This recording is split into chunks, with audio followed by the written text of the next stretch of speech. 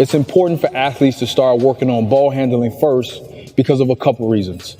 It doesn't require a rim and a lot of space, which gives you the opportunity to improve faster as long as you're putting in the work. In addition, players need to take care of the ball to prevent turnovers, which will help them stay in the game longer. This phase will help improve your ball control, your protection, your triple threat, your pivoting, and dribbling. The first drill we're going to complete is a full body wrap series. We will wrap the ball around our head twice, the waist twice, and the legs twice, and then work our way back up to the top. Consider going from the head to legs and back as one repetition. When handling the ball, athletes need to have good hand-to-hand exchange, and that is done by working on your finger pad control. To prevent giving the ball away to the defense and make quicker movements with the ball, you should ensure the ball is kept close and tight to the body. Next, we're going to complete single leg wraps. We will complete 10 repetitions going forward and 10 repetitions reverse or in the opposite direction. When you're doing those, ensure you have a nice athletic stance and you're keeping your eyes up. Next, we're going to complete figure 8 leg wraps with 1 pound dribble between each full figure 8. We will complete 10 repetitions going forward and 10 repetitions going reverse or in the opposite direction. Next drill, we're going to complete a pound dribble series. We will complete 5 repetitions at each height: sock level, knee level, waist level, and shoulder level. In addition to ball control, athletes should work on height variation when dribbling. This will help improve your ability to recover the ball, improve your ability to change heights, even when you're changing speeds.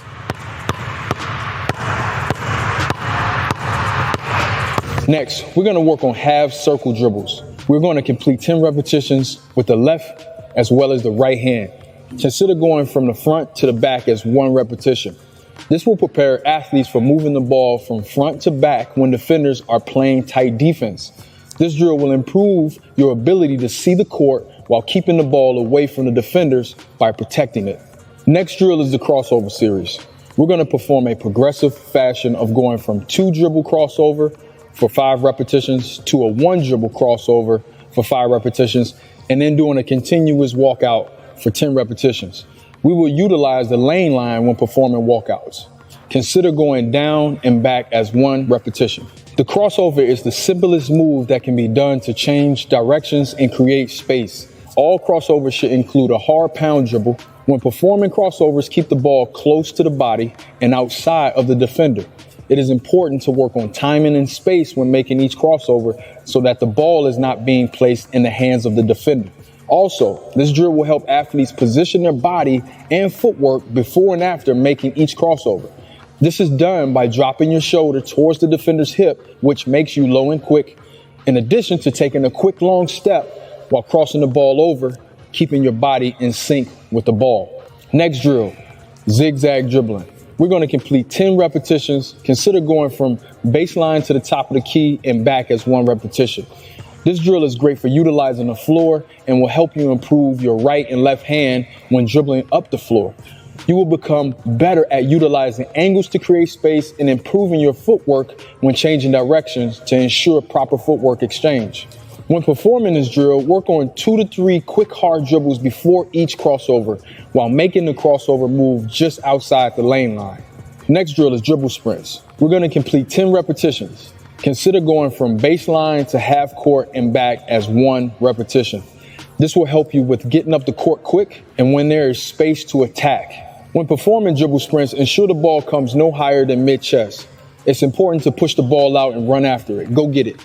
Be mindful not to dribble too far out in front where it can get stolen.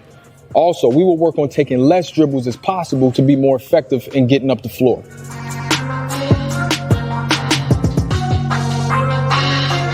After improving your ball handling, players should now focus on their defense.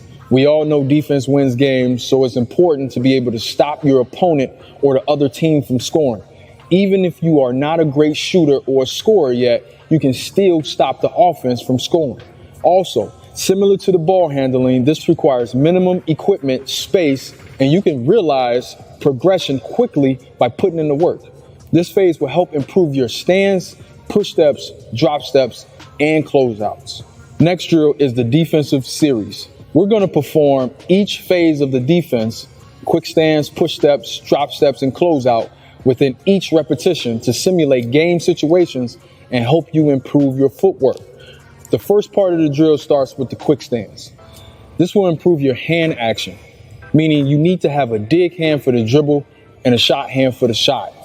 We will also work on a quick stance phase, which will help you stay low and have a wide stance. Players should be ready at all times, and to do this, we will focus on being on the balls of our feet. Second part of the drill is push steps. These will improve your ability to load and push off to beat the offense to a spot. Minimize the time your feet are off the ground, all while maintaining a dig hand and shot hand. Third part of the drill are drop steps. Having a quick drop step can allow you to reposition your body in front of the offense player. Having a good drop step can allow you to reposition your body in front of the offensive player. It will also allow you to force the offensive player into a particular spot on the floor.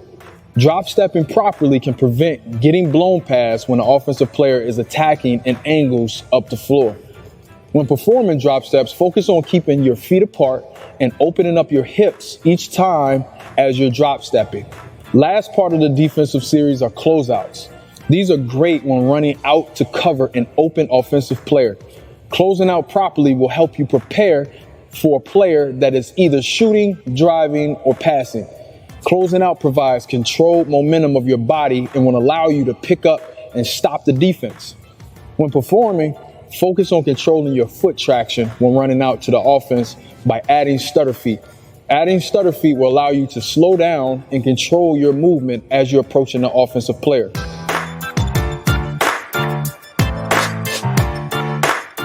Layups is the third phase. Not only must you play defense to win, but you must also outscore the other team. And to do that in the simplest form, players must master the layup. This is the highest percentage shot in the game of basketball because it's so close to the rim. Players can easily increase their scoring just by making a simple layup.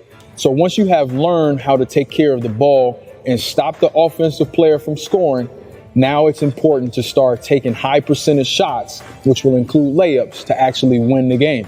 This phase will focus on layups close to the basket, at the elbow of the free throw line, and at the free throw line extended. Next drill we're going to work on is isolated layups. We're going to alternate between 1 foot layup and a 2 foot layup for each repetition on each side of the floor. For all layups, work on protecting the ball by ripping the ball to the ear. This will help keep the ball away from the defender. When performing a 1 foot layup, work on making layups with no dribbles and taking long, low strides to power up towards the basket. When performing 2 foot layups, work on quick jump stops and landing on 2 feet. It is key to rip the ball to the ear as you're doing a jump stop or taking that last step before you lay up the ball. It is also important to position your body where your shoulder can be used for protection as well. The next drill is the X layup drill. This will help focus on change of direction and footwork gathering before getting into a layup. We will start on the lower blocks and then explode to the elbow of the free throw line with 2 hard dribbles while working on foot planning and positioning of the body to attack the basket with only 1 dribble. You should plant your right foot when attacking the right elbow and plant your left foot when attacking the left elbow. Start by completing 10 repetitions from the left block first and then completing another 10 repetitions from the right block. We're going to alternate between 1 foot layup and 2 feet layup on each repetition. Keep in mind the ball has to be pushed out in front towards the basket before each layup. This will help you get closer to the basket and also beat the defender from blocking your shot. Next drill, we're going to work on layups but a little further away from the basket, free throw line extended. When performing this drill, focus on starting in the triple threat position. We will work on alternating between ripping high and low and performing a 1 foot and 2 foot layup on each repetition. So for your first rep, you will rip high and perform a 1 foot layup. And then on your second rep, you will rip low and finish with a 2 foot layup. This drill will also improve the awareness of your footwork. On the right side of the floor, use your left foot as your pivot. And on the left side of the floor, use your right foot as your pivot. Ensure you are taking 1 to 2 dribbles when attacking the basket.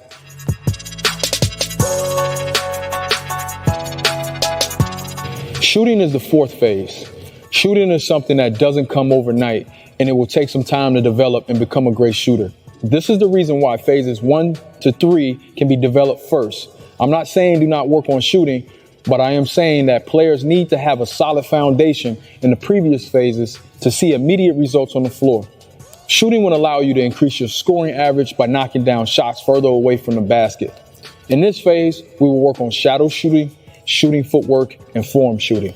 Next drill, we're going to work on shooting footwork on the line. We will complete 5 repetitions using the lane line by performing the 1-2 footwork down the lane line and performing the hop footwork on the way back.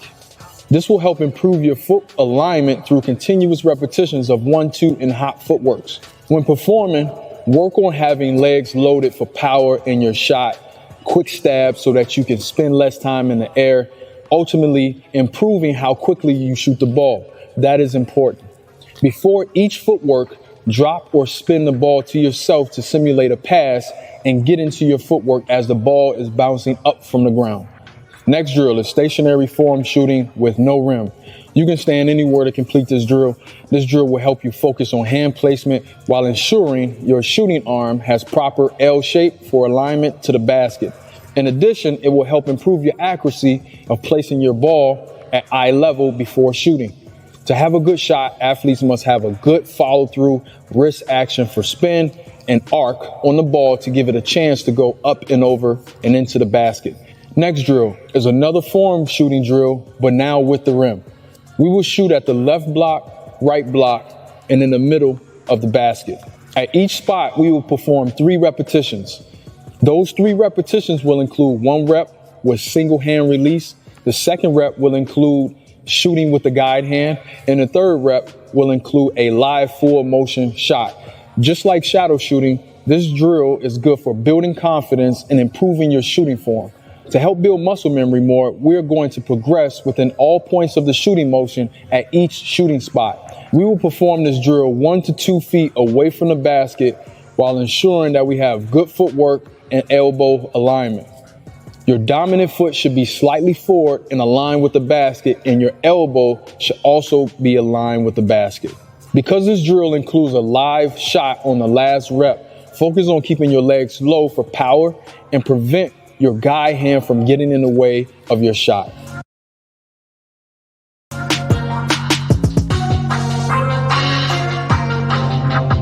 Passing is the 5th phase that athletes should start developing. Just because it's the last doesn't mean that it's the least favorite.